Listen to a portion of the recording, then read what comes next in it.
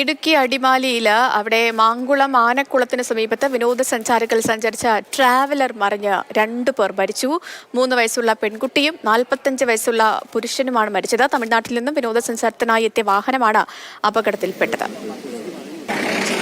ജെയിൻ രാജു ഉണ്ട്. ജെയിൻ, ദാരുണമായൊരു സംഭവം, വിഷമിപ്പിക്കുന്ന കാഴ്ചകൾ തന്നെയാണ്. ഇതെപ്പോഴായിരുന്നു സംഭവം? എങ്ങനെയായിരുന്നു അപകടം?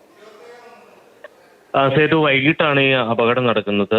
മാങ്കുളത്തേക്ക് വിനോദസഞ്ചാരികളായി എത്തിയ തമിഴ്നാട് സ്വദേശികളാണ് അപകടത്തിൽപ്പെട്ടത്. ഇവിടെ കുവൈറ്റ് സിറ്റിക്ക് സമീപം പേമരം എന്ന് പറയുന്ന ഒരു പ്രദേശമുണ്ട്. അത് സ്ഥിരം ഒരു അപകട മേഖലയാണ്. കുത്തനെ ഇറങ്ങി വന്നതിന് ശേഷം നിവർന്ന അല്ലെങ്കിൽ സ്ട്രെയിറ്റ് ആയിട്ടുള്ള റോഡ് തുടങ്ങുന്ന ഒരു ഭാഗമാണ്.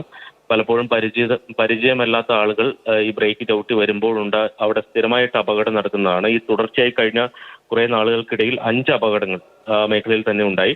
ട്രാവലറാണ് നിയന്ത്രണം വിട്ട് ക്രാഷ് ഗാർഡ് തകർത്ത് കൊക്കയിലേക്ക് മറിഞ്ഞിരിക്കുന്നത്. 11 പേരാണ് ഈ വാഹനത്തിൽ ഉണ്ടായിരുന്നത്. ഇതിൽ 3 വയസ്സുള്ള ഒരു പെൺകുട്ടിയും അതോടൊപ്പം തന്നെ 45 വയസ്സ് തോന്നിക്കുന്ന ഒരു പുരുഷനും മരിച്ചിട്ടുണ്ട്. ഇവർ തമിഴ്നാട്ടിലെ ആനന്ദ് പ്രഷർ കുക്കർ കമ്പനി ആ സ്ഥാപനത്തിൽ നിന്ന് അറേഞ്ച് ചെയ്ത വിനോദസഞ്ചാര യാത്രയ്ക്കായിട്ട് എത്തിയവരാണ്. ഒരുപക്ഷെ ആ സ്ഥാപനത്തിലെ ജീവനക്കാരോ അവരുടെ കുടുംബാംഗങ്ങളോ ആയിരിക്കാം ഈ വാഹനത്തിൽ ഉണ്ടായിരുന്നിട്ടുണ്ടാവുക. എന്തായാലും ഇവരെ സംബന്ധിച്ച് ഇവർക്ക് പരസ്പരം അറിയില്ല. അതുകൊണ്ട് ഇവരുടെ കൃത്യമായിട്ടുള്ള വിവരങ്ങൾ പോലീസ് ശേഖരിച്ചു വരുന്നതേ ഉള്ളൂ. എന്തായാലും പരിക്കേറ്റവർ അടിമാലി താലൂക്ക് ആശുപത്രിയിലാണുള്ളത്. ഈ മരിച്ചവരെ തിരിച്ചറിയാനുള്ള ശ്രമം പോലീസിന്റെ ഭാഗത്തു നിന്ന് നടത്തുകയാണ്. ജെനി, അപകടത്തിൽപ്പെട്ട മറ്റ് ആളുകൾ, അതായത് 2 പേർ മരിച്ചു, മറ്റുള്ളവരെയൊക്കെ രക്ഷിച്ച് അവരെയെല്ലാം ആശുപത്രിയിലേക്ക് മാറ്റി. അവരുടെയൊക്കെ പരിക്കൊക്കെ ഗുരുതരമുള്ളതാണോ?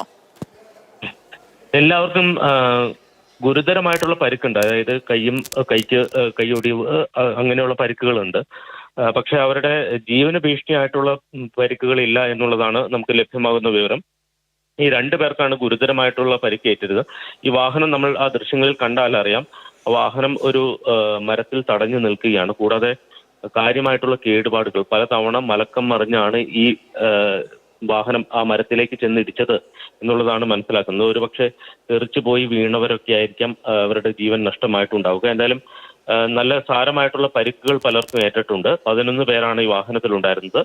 2 പേരുടെ മരണമാണ് ഇപ്പോൾ സ്ഥിരീകരിച്ചിരിക്കുന്നത്. ഇവർ അടിമാലി താലൂക്ക് ആശുപത്രിയിലേക്ക് എത്തിച്ചിട്ടേ ഉള്ളൂ. ഇവരുടെ പരിക്ക് സംബന്ധിച്ച കാര്യങ്ങൾ ഡോക്ടർമാർ പരിശോധിച്ച് വരുന്നതേ ഉള്ളൂ. എന്തായാലും സാരമായിട്ടുള്ള പരിക്ക് എല്ലാവർക്കും ഏറ്റിട്ടുണ്ട്. നേരത്തെ ജെയിൻ തന്നെ പറഞ്ഞു, ഇവിടെ ഈ മേഖലയിൽ തുടർച്ചയായി അപകടങ്ങൾ ഉണ്ടാകാറുണ്ട്. അപകട സാധ്യത മേഖലയാണ്. 5 അപകടങ്ങൾ ഇതിന് മുൻപുണ്ടായി. അപ്പോൾ ഈ സ്ഥലത്ത് ഇപ്പോൾ ഈ അപകടം നടന്ന സ്ഥലത്ത് ഈ അധികൃതരൊക്കെ എത്തിയിട്ടുണ്ടോ? അവരെന്താണ് ഈ ഒരു വിഷയത്തിൽ പറഞ്ഞത്? കാരണം തുടർച്ചയായിട്ടുള്ള ഒരു അപകടം ഉണ്ടാകുന്ന സ്ഥലമാണെങ്കിൽ അവിടെ നമ്മൾ അപകട സാധ്യത ബോർഡുകൾ വയ്ക്കേണ്ടതാണ്. ഈ വിനോദസഞ്ചാരികൾ ഏറെ വരുന്ന ഒരു സ്ഥലം കൂടിയാണ് ഈ അടിമാലി പോലുള്ള സ്ഥലങ്ങളിലേക്കൊക്കെ. അപ്പോൾ ഈ വിനോദസഞ്ചാരികൾക്ക് സഹായകരമായി അപകട സാധ്യത മേഖല എന്നുള്ളൊരു ബോർഡ് പോലും ആ ഭാഗത്തില്ല. അപ്പോൾ ഈ അധികൃതർ എന്താണ് ഈ ഒരു വിഷയത്തിൽ പറയുന്നത്? സേതു, ഇതെന്താന്ന് വെച്ചിട്ടുണ്ടെങ്കിൽ ഒരു പരിചയക്കുറവിന്റെ ഒരു പ്രശ്നമാണ്. കാരണം ഈ ഘാട്ട് റോഡുകൾ, ഹൈറേഞ്ച് മേഖലയിൽ വാഹനം ഓടിച്ച് പരിചയമുള്ള ആളുകൾക്കറിയാം, നമ്മൾ കുത്തനെയുള്ള ഇറങ്ങി വരുമ്പോൾ സാധാരണ നമ്മൾ ഗിയർ ബ്രേക്ക് എന്ന് പറയും. അതായത് ഏറ്റവും താഴ്ന്ന ഗിയർ ഇട്ട് വേണം ഇറങ്ങി വരാൻ. അതിന് പകരം ടോപ്പ് ഗിയറിലിട്ട് ബ്രേക്ക് ചവിട്ടി ഇറങ്ങി വരികയാണെങ്കിൽ ദീർഘദൂരം ഈ ഇറങ്ങി വന്നു കഴിയുമ്പോൾ ഈ ബ്രേക്ക് സ്വാഭാവികമായും ചൂടായി ബ്രേക്ക് നഷ്ടപ്പെടുന്ന ഒരു രീതിയുണ്ട്. പലപ്പോഴും ഈ മറ്റു സ്ഥലങ്ങളിൽ നിന്ന്, പ്രത്യേകിച്ച് തമിഴ്നാട്, ഇതര സംസ്ഥാനങ്ങളിൽ നിന്ന് എത്തുന്ന ആളുകൾക്ക് ഇത് സംബന്ധിച്ച ഒരു ധാരണയും ഉണ്ടാകില്ല. ഈ വഴിയെ സംബന്ധിച്ച ഒരു ധാരണയും ഉണ്ടാകില്ല. അതാണ് പലപ്പോഴും അപകടത്തിനിടയാക്കുന്നത്. അത് തന്നെയാണ് ഇവിടെയും സംഭവിച്ചത് എന്നുള്ളതാണ് മനസ്സിലാകുന്നത്. അവിടെ ക്രാഷ് കാരിയർ ഉൾപ്പെടെയുള്ളവ സ്ഥാപിച്ചിരുന്നു. പക്ഷേ ആ ക്രാഷ് ഗാർഡ് തകർത്തുകൊണ്ടാണ് ഈ വാഹനം താഴേക്ക് പതിച്ചിരിക്കുന്നത്. അപ്പം അധികൃതർ ഉൾപ്പെടെയുള്ള എല്ലാവരും അവിടെ എത്തിയിട്ടുണ്ട്. രക്ഷാപ്രവർത്തനമൊക്കെ പൂർത്തിയായിട്ടുണ്ട്. വാഹനത്തിൽ നിന്ന് എല്ലാവരെയും പുറത്ത് എത്തിച്ചിട്ടുണ്ട്. ഇവരെ അടിമാലിയിലെ താലൂക്ക് ആശുപത്രിയിലേക്ക് എത്തിച്ചു കഴിഞ്ഞിരിക്കുന്നു. നമുക്കിപ്പോൾ ഈ പ്രദേശത്ത് നിന്ന് നമുക്ക് മനസ്സിലാക്കാൻ കഴിയുന്ന കാര്യം എന്താണ്? അതായത് ഈ അപകട കാരണം അത് ഈ അമിത വേഗതയായിരിക്കുമോ, അല്ലെങ്കിൽ ഈ ഡ്രൈവറുടെ പരിചയക്കുറവോ, അങ്ങനെ നമുക്ക് എന്താവും മനസ്സിലാക്കാൻ കഴിയുക?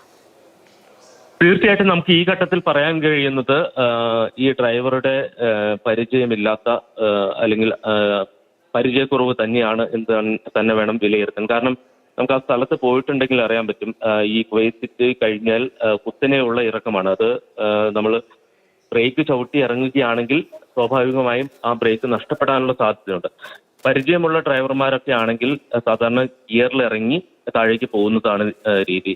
പിന്നെ ഈ നിരന്ന പാതയിൽ വാഹനം ഓടിച്ച ആളുകൾക്കും പരിചയക്കുറവുണ്ടാവും.